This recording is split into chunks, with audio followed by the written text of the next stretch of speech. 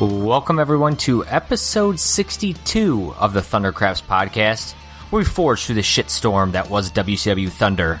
I'm your host, a bimbo who can't walk and chew gum at the same time, Josh Kaiser. Mirror, mirror on the wall, who's the dumbest of them all? The man joining me today, Kyle Hoagland.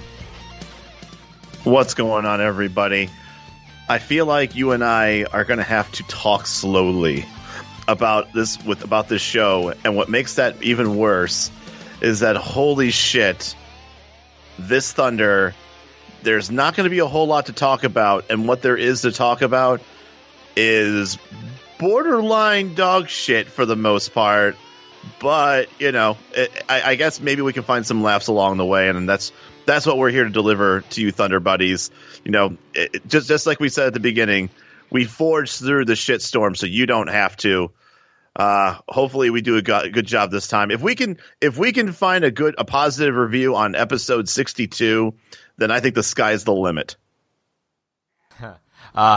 Yeah, I would say that. I mean, spoiler alert for anybody who maybe hasn't watched Thunder 62 and was like, you know what, I want to listen to you guys talk about it first before I fire it up, or maybe you're not quite through it all yet, and you're like, I want to hear what they think about it.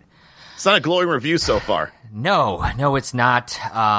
It is, of course, Thunder 62, as we've alluded to. It is May 6th, 1999, and it is the pre-taped go-home edition for Slamboree 1999. And if the words pre-taped go-home edition aren't enough for you, well, let's just. What would you rather want? Before we start, what would you rather have if we're dealing with, let's say that having every show being live is it's not possible. Would you rather the show after the pay-per-view where there's new storyline being created? Wouldn't you rather have that live than having the go home show where maybe all the storylines have already been kind of wrapped up in a bow on Nitro? Like, at that point, what's the point of a live Thunder in that regard? What's the point of Thunder in general if you can't have new storylines or push the pay-per-view events?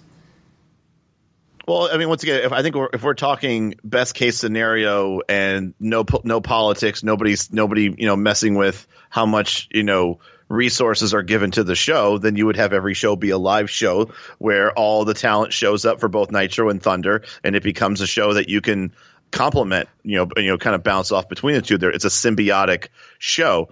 In mid 1999, I think we've already fully established that is not what Thunder is. Maybe that's what Thunder first wanted to be, but that's clearly not the case now. So now, if we're being dealt the hand we're given, or I'm sorry, I guess I said the same thing twice. If you're going to play the hand that's dealt to you, do you have the live show after the pay-per-view or before the pay-per-view, considering the fact that the talent is not, a lot of the talent is not going to come for both shows? No, absolutely they're not. But I don't know. Let's just get into it. We open up with a replay. It's discussing how Piper's putting DDP in a match with Sting for the title, which I was confused at first until I realized this is actually everything that happened 2 weeks ago and also everything that we've discussed last week. We then show clips of Flair at the mental hospital again. Flair's making phone calls to Charles Robinson, who's kind of like his lackey in WCW while he's at the the Mental Institute. Charles Robinson slaps Piper and tries to get him arrested. Then we see highlights of Sting beating DDP for the title. Then we see the four-way with Goldberg, DDP, Nash, and Sting, where Savage is actually going to give DDP some dick knuckles that lead to him beating Nash in that to win the title back. A few other random clips, and that closes it out. Which I find interesting only because that was from 2 weeks ago. That wasn't even the last Nitro. Exactly. So I understand if you're – that's one of those things where I think Tenay and Zbyszko can kind of pepper that in, but I think the normal audience knows what happened. If you want to replay or talk about what happened on Nitro, talk about the most recent Nitro. There's a lot that happened in the Nitro before it. So why are we talking so much about, why are we starting the show with Nitro from 2 weeks ago when if we're going episodic, with Thunder, we already knew the shit from the last Thunder. Yeah, no, it was very confusing. I don't get it at all, but this just puts in motion what we're going to talk about today, and this is the shit show that we are watching. We move into a promo for Ric Flair about how he's president. He's going, about him going crazy with power, and then it kind of turns into the Slamboree ad as him and Piper are wrestling for control of WCW. Then we move to our opening bout, and no way, if you want to kick off WCW Thunder, no hotter way to do it than to tag up Scotty Riggs and Mike Enos against Saturn and Raven. That's mean Mike Enos, by the way. We do, before the match gets started, Tanae's going to let us know that the Larry chants have finally died down so they can start talking. Find it hard to believe. Because on a tape show where they're in a booth by themselves right? with no crowd. Yeah, that. Yeah, exactly. Also, the more I listen to Larry Zbyszko, the more I just can't stand this guy. I think he's just an awful announcer. He's just terrible. He's no Scott Hudson. No. We also find out during this match that Rey Mysterio Jr. is the Cruiserweight Champion, so long live the reign of psychosis. I wanted to ask the same thing, where as soon as I found out that he was champion, I'm like, wait, so I think when I looked it up, he won at the very next Nitro. Yeah, well, at least psychosis, won it, right? At least Blitzkrieg got buried, right?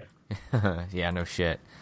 As for this match, Raven's going to get manhandled by Enos and Riggs, as you would expect in this match, with Raven and Saturn going to Slamboree in this, a triple threat tag team match for the titles? I believe it's a three. It's a three-way. All right, don't call it triple threat. You'll get sued. Or a triangle tag team match, whatever. Something like that. We go to commercial because why wouldn't we go to commercial during this match? We come back. Raven is still being dominated in the ring. However, eventually, Raven is going to duck, and there's going to be a chair shot that's going to backfire on Riggs and Enos. That's going to set up the drop toe hold into the chair, which apparently I found out that's how Scotty Riggs got blinded before he joined the flock. Did you catch correct. that? Yeah. You didn't know about that? No, that was the whole point of the whole storyline of that was Riggs was in the flock, and then he got punished or something, and he got dropped toe hold, and he hurt his eye, and then Raven basically forbade him from going to get work looked at from a doctor, so he just wore an eye patch. Oh, well, there you go. I did not know that. I found that out. The more you know. Raven's going to hit the even flow, but only get a 2 because Riggs is going to save that, which is surprising. Of course, Riggs is going to get distracted again. Leads to a Death Valley driver. Saturn and Raven are your winners. I gave the match 2 stars. I don't even feel good about giving it 2 stars. But I felt like and I guess the match itself was fine, but Saturn and Raven should not have had this long of a match against Scotty Riggs and Mike Enos, and I think that was the problem I had with it. It's the same problem I had. When you have 2 guys that are going for a title, you expect them to look good in a win. I don't care who you're going up against, and I'm sure we'll talk about the very opposite of that when we look at another match later on in the card. I gave it 2 1/4. I think my overall thought on this was that I feel like these guys could have done a better job and altogether. We've seen that Enos at his best is entertaining enough. I think Riggs has got enough. God, I can't believe I'm saying this. He has enough charisma, whether it's being stolen from another persona. I think he's enough. I think he has enough of a heel persona that the crowd will boo him because of him being flamboyant and looking at the mirror. I think it's enough. I'm not saying it's great. I'm saying it's enough. The one thing, I don't like the idea that in the middle of a match, that he goes to the mirror, because there's a lot of you can go look at all the flamboyant characters we've had in that we've looked at, from Paul Orndorff to Shawn Michaels to Rick Rude, and the big difference between those three and Scotty Riggs is that when it was time to nut up and finish the match, they did. They weren't pulling out a mirror at the end of the match before they finish it. They'll do it after they win. They'll get over and then continue their them looking at themselves in the mirror. They're not doing it during the fucking match. I also had to give props to Raven, because I think Raven was 90% of this match. And I don't know whether or not Saturn legitimately was a little bit hurt. But if Saturn's not hurt, I always laugh at the notion of having something so blatantly taped that if you are wrestling, it's kind of like DDP and his what always feels like his permanently broken ribs. That obviously, if I was ever going to wrestle DDP, the only thing I'd ever do is go after his side and go after the ribs. And I did laugh that like Saturn would just do his normal offense and then sells the fact that his shoulder hurts. I think he literally did 2 kind of high impact moves, and every single time would just like roll out of the ring in writhing pain because he was trying to sell the fact that his shoulder hurts. And then of course, his finisher, which is all about getting somebody up on his shoulders. That's how he won the match. Everything about this was kind of funny to me. Saturn was entertaining enough. I wanted to give it 2 stars, but there was enough selling in the match, and I think there was enough cohesiveness, and I had to give Raven some extra props for carrying this match for as long as he did. So that's why I gave it 2 1/4. After the match, we get another Piper versus Flair promo showing everything that leads up to their Slamboree match. We then go to our next replay of the night. It's Piper telling DDP to give Sting a title match on Nitro.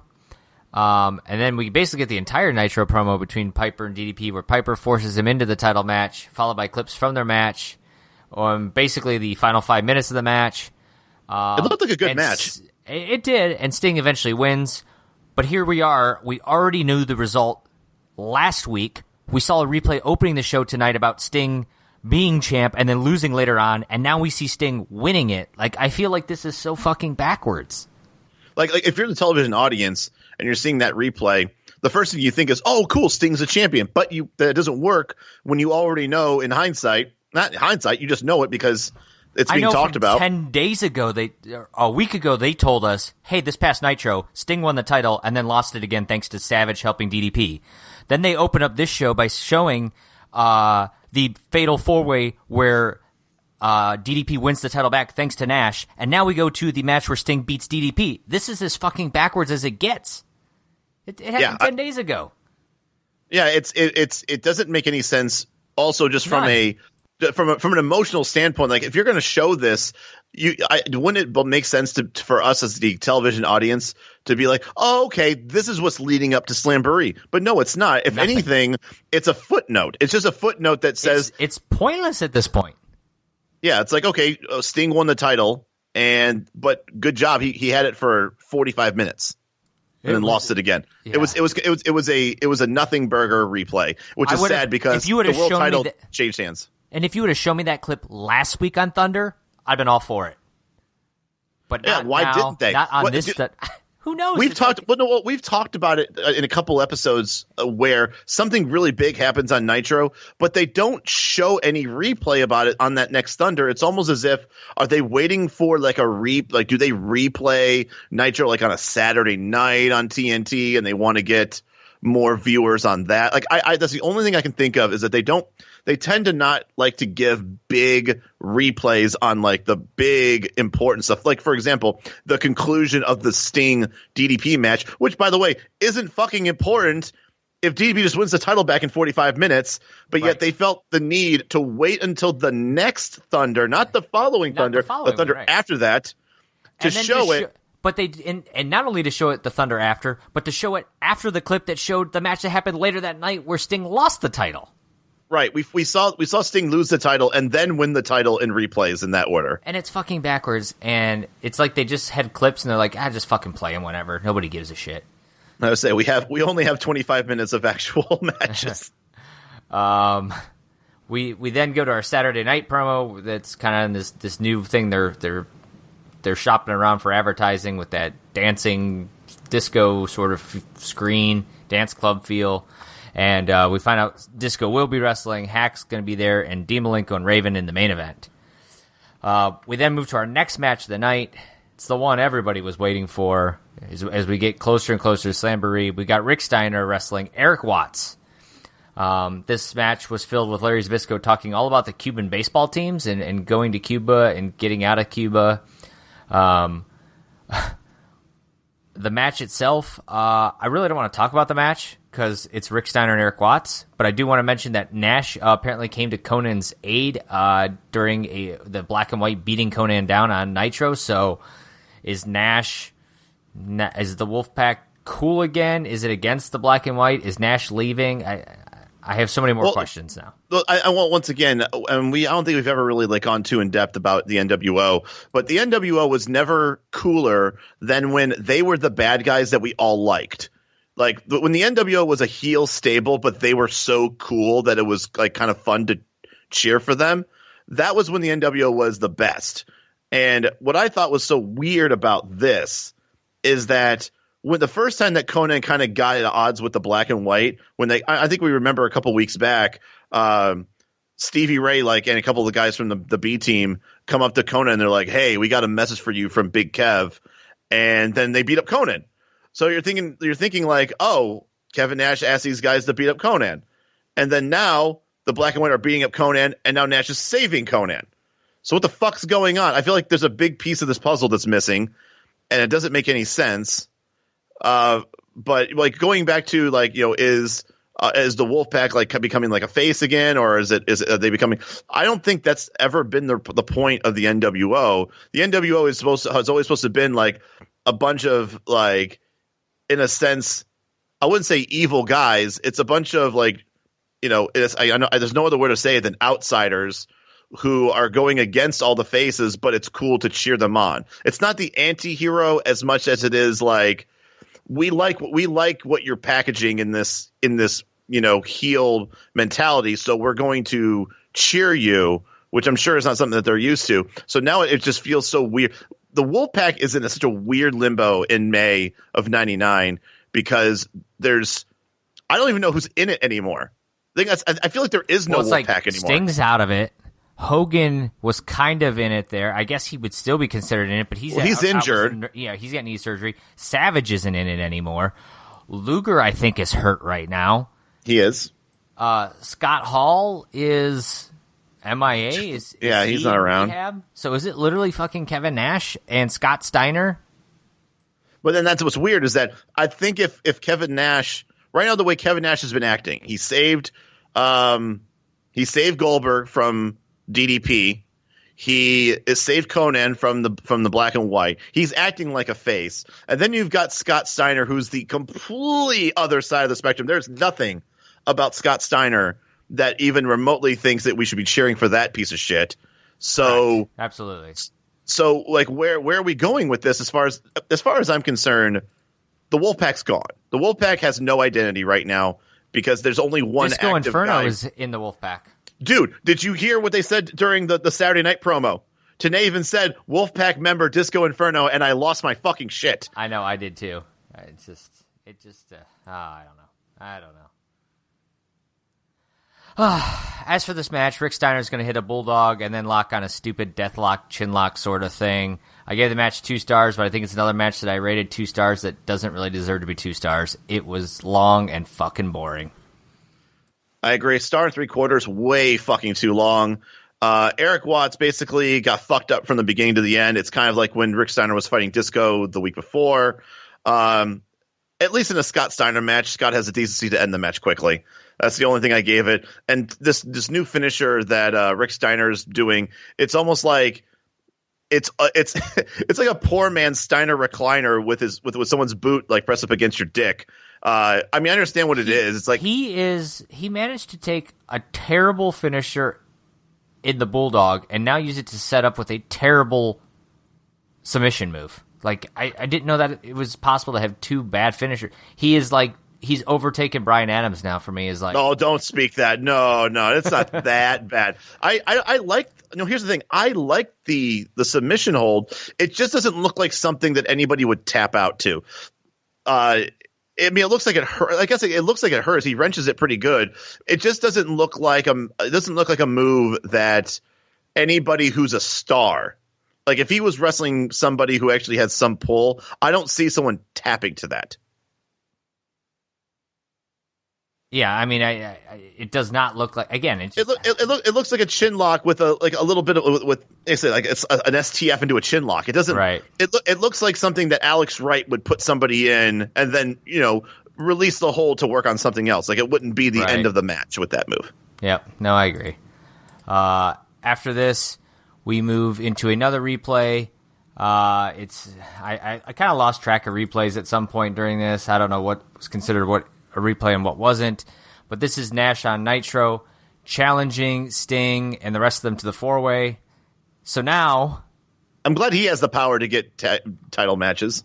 But let's rewind a minute. We opened the show tonight by seeing the replay of the four-way. The four-way that happened not this past Nitro, but the Nitro a week ago. The same one that we've already discussed on last week's Thunder. So we opened up with that four-way. Okay, fine. Maybe they're trying to set the table for something tonight.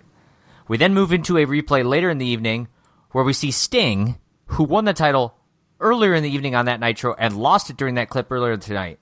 We see that. Now we see the challenge from Nash that followed the Sting win over DDP, but happened, led to that fatal four-way that opened up the show. What is up with this? It is all the fuck over the place. And let's you know what? I'm not even trying to ignore that fucking Tarantino,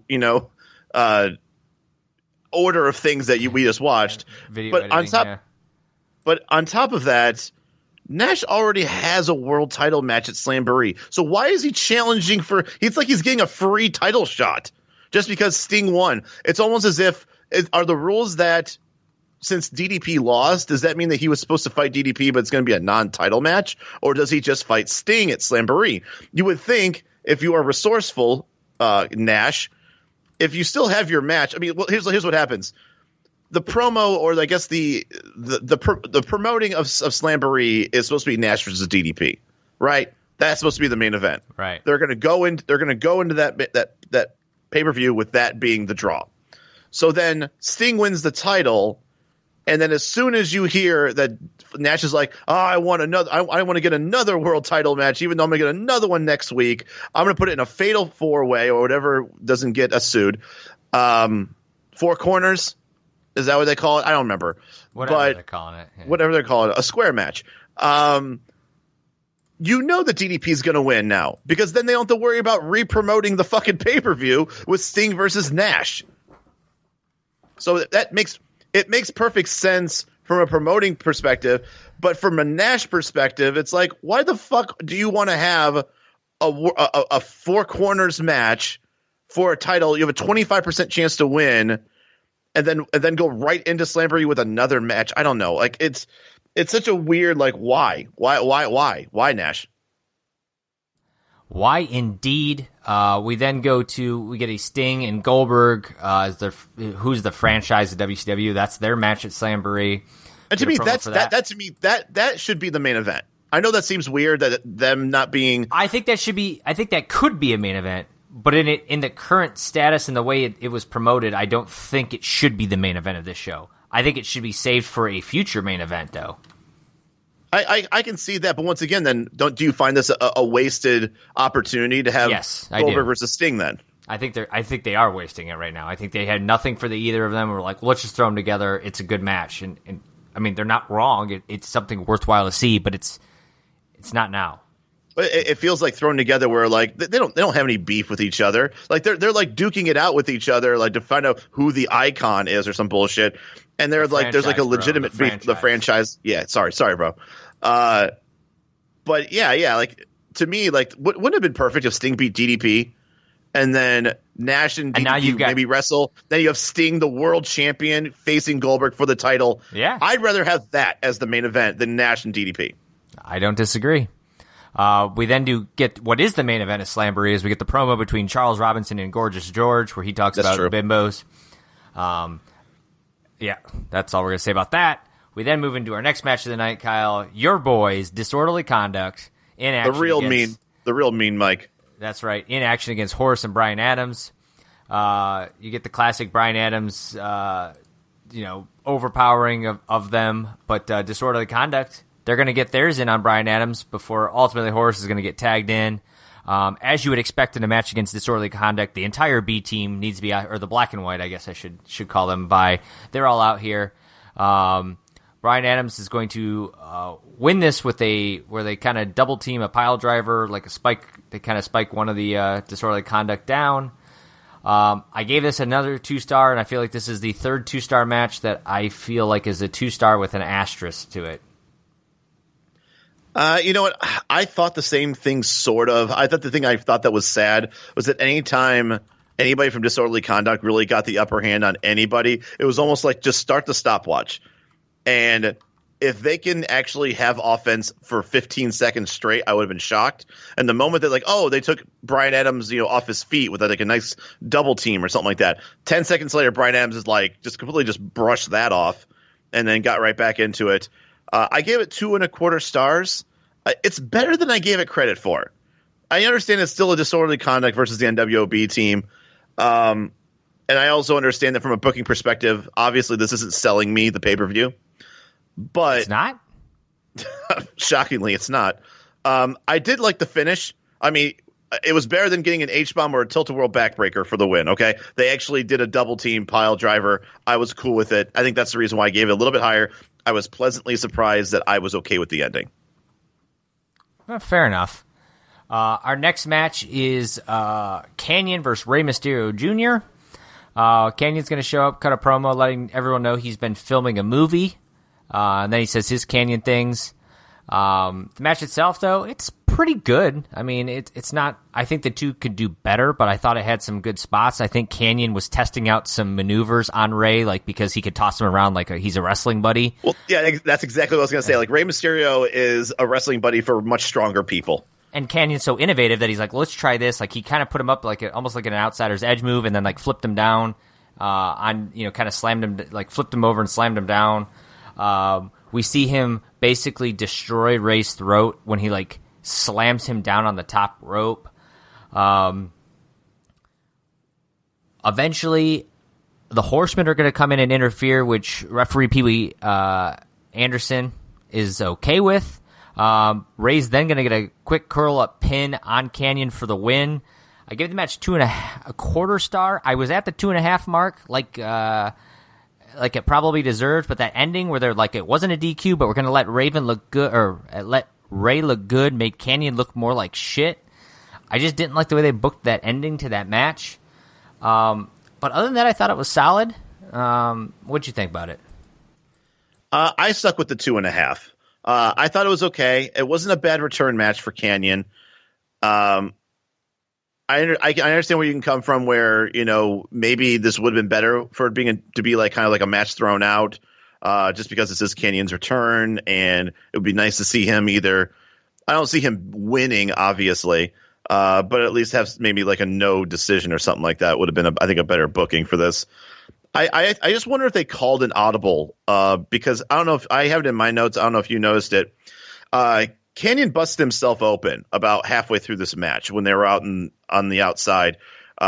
Rey throws Kanyon into the guardrail, and then basically Kanyon sells it, and then kind of goes down to one knee, and then flops face first onto the floor.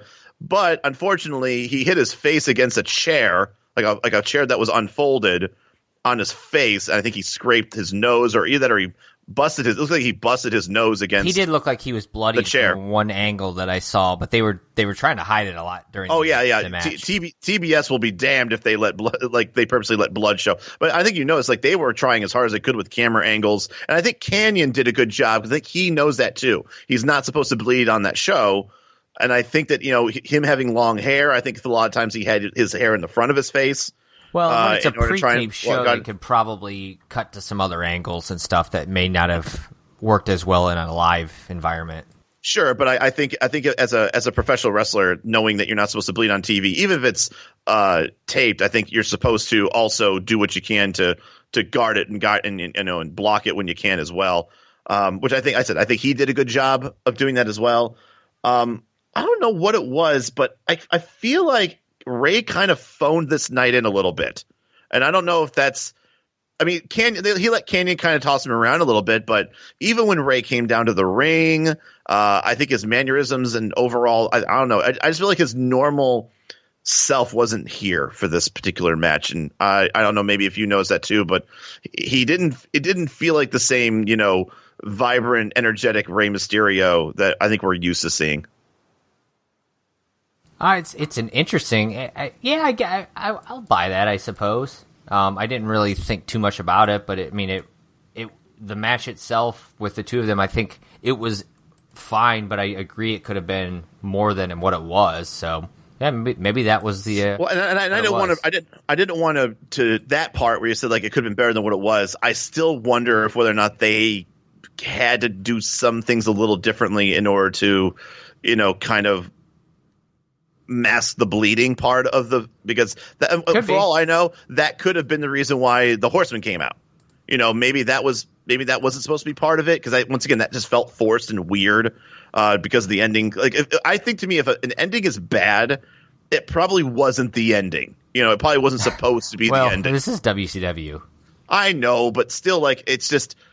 I think that once they notice, okay, Canyon's been bleeding now for about 3 minutes, it's not stopping. Awkward and because this felt like an awkward ending. Awkward ending, yeah. That's fair. After the match, Dean and Chris are going to continue their beatdown, and they're eventually going to walk away happy while Ray seems to be attended to. And they make the note that Kidman, his tag team partner, Ray's that is nowhere to be seen. So they're continuing to push that story that maybe Kidman and Ray have some, animosity towards each other, some dissension amongst the tag team. It's a new storyline they're shopping around. But well, no, what it is they rekindled it with Ray getting the title back, because when Psychosis won the title, it was like, who gives a shit if Kidman and Ray are not getting along? It's not like Kidman is, yeah, sure, they're the tag champions, but Ray's also the cruiserweight champion. And at some point Kidman is going to want to get that back as well. So when Psychosis won, it was kind of like, okay, so what's the point of them having this weird kind of like, you got my back, I got your back, where were you? But now that Ray has the title back, easily let's rekindle that bullshit again. Absolutely. So Dean Malenko and Chris Benoit, of course, they're going to leave that match happy that they beat him down. They're going to walk to the back, and we're going to come back from commercial and have Chris Benoit and Dean Malenko walk out for their match. So I fucking hate when they do this shit. When somebody closes a segment out and then they leave and then immediately come back out for the next segment, I feel like it could be done better. But anyways, they're in action against the Texas Hangmen, and I had to look this up because I do not know this. Because obviously you have to. Yeah, because I'm like, I don't know who the hell this is. Turns out one of them is Tough Tom, Kyle. Yeah, it's Tough Tom and Bull Payne. Yes. And I feel like there's been a couple iterations in there, but fucking Tough Tom in 2 matches here on Thunder. So he's working hard. He better got paid. He is working hard. The Texas Hangmen look like the Villanos, but they have a bull rope instead. So, and apparently they're not Mexican. Or Bobby Duncombe Jr. As for or Bobby Duncombe Jr. for that matter. But no, here's what's weird about that. They first said, when they were talking about the Texas Hangman, I think it was Zbyszko talking about these 2 local guys, like it looks like a local talent. They're in fucking Penn State. The guy's name says the Texas Hangmen. They're in Pennsylvania, and they're like, oh, these two local guys who give them a shot. The Texas Hangmen, by the way, have been around since the '80s, like different iterations, yeah, but and definitely not from Penn State, by the way. Naturally, as you would expect for the Texas Hangmen, they hold in a lot longer than they should have because this match goes on way too long. Benoit's going to hit 3 German suplexes. He's going to blow snot rockets on the Hangman, which I think is still one of the grossest things in wrestling. I've never understood it. but it is what it is, I guess. And Dean Malenko's going to hit the cloverleaf, or execute the cloverleaf, whatever you want to say. That's going to be your winner. So the Texas Cloverleaf beat the Texas Hangmen, and I actually gave it 2 1/4 stars because I thought it was a decent match, but I still thought they maybe gave the match too much time. This was my favorite match of the night, just straight up. I gave this 2.5 stars. I don't know what it is. I could watch the Horsemen pick apart people for days. This was the type of match that would actually. This is the only match that sold me about the pay-per-view. Is that here's 2 guys that are going for the tag titles. They clearly are a cut above whoever they were fighting. And I understand it's the Texas Hangmen, but still, they won in a fashion that you would expect. They beat the ever-living shit out of the Hangmen and literally just like tore them apart limb from limb. They were methodical. They just looked like here. If I were to watch this not knowing anything about wrestling, I would look at this and be like, now that's 2 guys that can fuck up people. Like these are 2 like very, very intelligent, methodical, surgeons in the ring that are just going to just beat the shit out of you. And then when they're not beating the shit out of you, they are working on a limb. They're being very surgical with their moves. On the opposite side of that was Riggs and Enos fighting Saturn and Raven, who were also part of that tag team match at Slamboree, and how much Raven had to struggle to get by in order to get Saturn in there to do one move to win. This type of match was what I wish Raven and Saturn had, where let it be a decent match, but make it very clear that Raven and Saturn deserve to be in the pay-per-view. This showed me Dean Malenko and Chris Benoit, they're a cut above the rest. They deserve to be top contenders for the titles because they beat the ever-living fuck out of these guys, and I was totally fine with it. 2.5 stars. It's a good point. I'll give you that one. I thought the match still was too long, but I would agree they came out looking a lot better and in a better light heading into Sunday than Saturn and Raven did by far, and that's not even close. So Ray, and once again, they beat the shit out of Ray after his match. So it really is looking like this whole show. If you're gonna get anything from the show, from the wrestling, from everything that happened in the ring, it's Benoit and Dean Malenko look like they're in a great position to win the tag titles at the pay-per-view. That would make me be like, I understand it's just the tag titles, but at the very least, I'm like, you know what? I'm very curious if let's say Kidman and Bray find a way to come out with the tag titles, considering the fact that Dean Malenko and Chris Benoit just are looking the way they look. No, that's fair. After this, we get a really long replay. It starts out, it's on Ric Flair on Nitro this past Monday, now saying he's going to be the 15th time world champion. He's going to get DDP's two-timing ass, which I thought was, a clever play there. Then Savage is going to get in the ring. He's going to tell Flair that he's going to be reinstated when Gorgeous George beats Charles Robinson. Security's going to come in after Savage. Savage is going to beat up Security with the help of Medusa. We then are going to have Flair grabbing Gorgeous George. Flair's Savage is finally going to get taken out by Security and the cops. Mean Gene is going to, ask to, to tend to Gorgeous George. Flair's going to threaten Mean Gene's job by, basically telling him he needs to stay out of it. Charles Robinson's going to come in and talk shit to Gorgeous George, and I got to admit, I really am loving the Charles Robinson Little Nate, legitimately Little Nate here shtick with he does the strutting. He looks like he's got a fake tan thing going on. Just great stuff. He's dressed like him with the suit, jacket, all that. Gorgeous George is going to give a low blow to Charles Robinson. Well, thanks to her training from Medusa. That's right. All that training she got, that's what she goes to. Some Nicole Bass-looking chick is a doctor, lays out. You know who that is? No, who's that? That's Asia. Is that Asia? That's Asia. Okay. Yep. Well, there you go. I did not pay attention to that. What else happens in this clip? We go Gene does, like I said, gives Gorgeous George his coat. Security basically gets Savage out of there. Flair tells security to get rid of Gorgeous George. Flair then tells HBO marketing, everybody under the sun, the pay-per-view companies, that they need to change their advertising because it's going to be him, and he'll be the world champion now. We then cut to clips from the match between DDP and Flair. Yes, this is all the same replay. DDP's going to lock on the figure four. It's going to get broken up. He's going to lock on the figure four again. Eventually, Flair's going to take it to DDP. Take a breath, dude. Good Lord. This is just... He gets a big vertical suplex. He's going to lock on the figure four. Savage is going to come out. Gorgeous George is going to come out. Gorgeous George is going to attack Flair. Savage is going to give DDP the dick knuckles. DDP is going to use them on Flair. He's going to retain.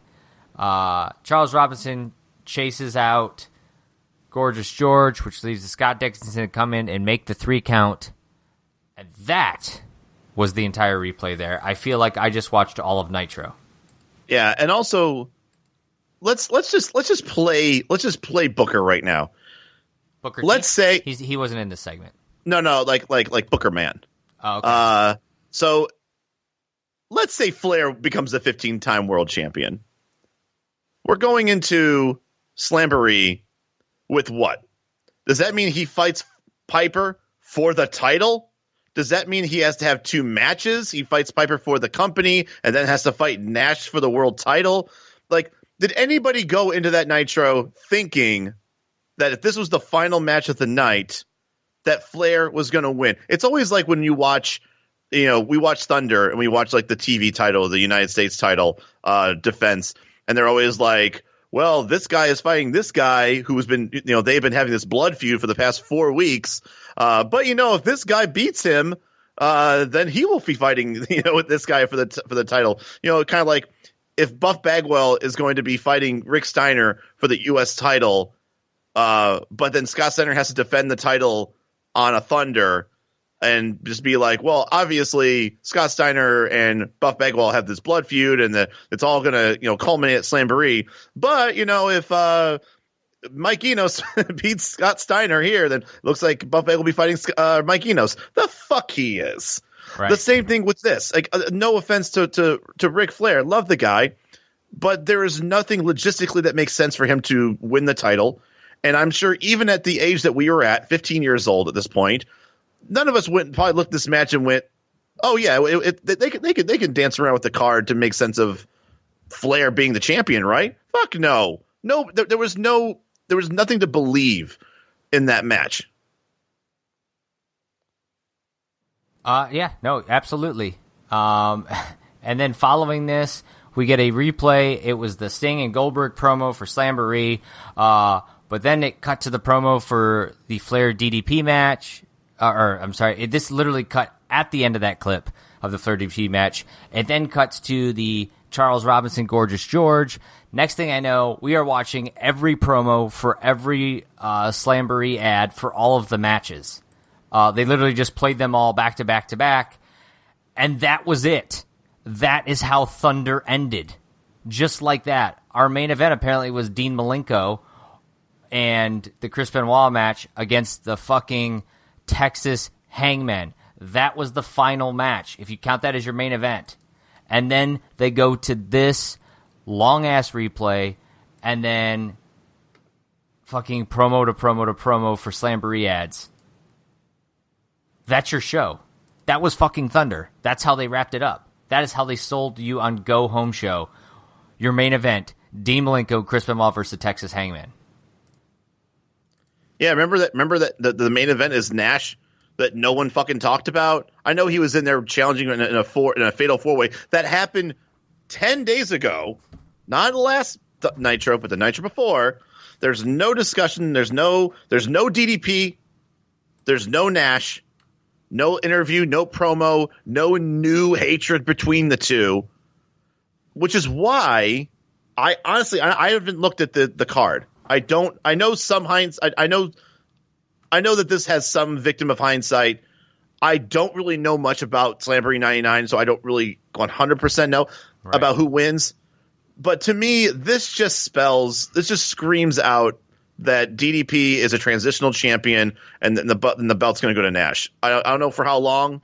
I don't see DDP holding on. This feud is dead. Like DDP versus Nash, there's nothing to chew on with that. A feud? I mean, it seems so silly at this point. It doesn't. All the stories are built around Savage and DDP. There's some story there. There's the Piper and Flair, and DDP. To your point, is just like an afterthought in all of this, and he's the fucking world champion. And we've talked about, is it because of this butterfly effect of going back to uncensored with Hogan and Flair? Like who the hell knows? Like this just screams audibles. Something has to be done. Too many things happen, from Flair going heel to Hogan needing surgery to the Wolfpack guys being MIA. What the fuck do we do? This is what we got. Here's Piper. It's almost like any time that there's a problem with booking or shit, we're really thin, magically Piper comes out of his cryogenic chamber and has a match. But yeah, this is it's there's nothing about this show, and what you said made perfect sense. This wasn't a bad show. This was a lazy show. This was 25 to 30 minutes of inconsequential wrestling, and then we're out of time, but we're really not. The real main event felt like DDP versus Ric Flair in a Nitro recap, because we basically got almost the entirety of the match. We got a decent amount of it, but yes, I mean, that was kind of the main event. Yeah, so because once again, there was no pyro. There was no pyro. Look, that's why I said there was no Thunder main event, because the Hangmen were already in the ring, and the Four Horsemen came out. There was no pyro. There was no I almost said Jimmy Buffett. There's no buffer. And so to me, as soon as I saw it's, what it was, as soon as that match was over, you and I probably thought, if we didn't know, ahead of time that was the last match, that obviously there's another match, because where's the pyro? Where's the main event pyro? I never got it. I wasn't watching the time. I'm just kind of watching the show, and when they did all that, and then it just ended, I'm like, wait, what was my main? Wait, there was no main event. What? And I'm trying to go back, what was the last match I saw? And when I thought about it and realized what it was, at least you'd have to watch Zbyszko, listen to Zbyszko for the last half hour. I suppose there's silver lining to everything, but good Lord, that was your go home show. And I get it. We've talked about this probably ad nauseum in the past, that Thunder isn't considered the go home show. It's not their primary television show, so really the night show is probably the go home show. But if you were at all, you have a 2-hour show, that you are, you get a couple million viewers that are watching it. The SmackDown, we said, aired first episode last week. So you're going head to head against this brand new WWF show. You're trying to push your big pay-per-view, not big pay-per-view. You're just trying to push a pay-per-view, and this is the fucking garbage you give us. This was terrible. Here's after this Thunder.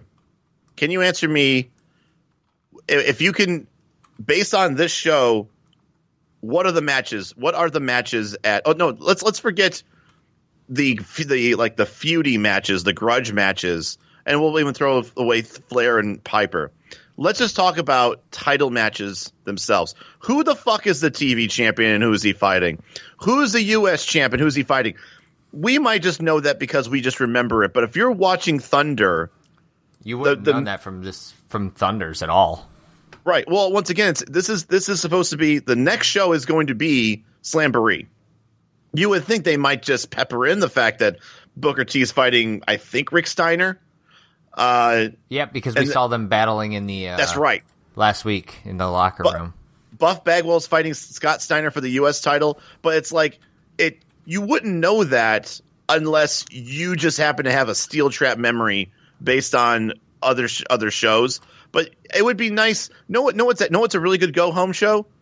If you're going to have 30 minutes at the end of this fucking show, that's just going to be, Nitro recap and a shit ton of it. Why not go down the card and go, here's this guy fighting this guy. Oh, what do you think about this match? Blah, blah, blah, blah, blah. All right, and now here's the tag title match. Here's Booker T versus Rick Steiner.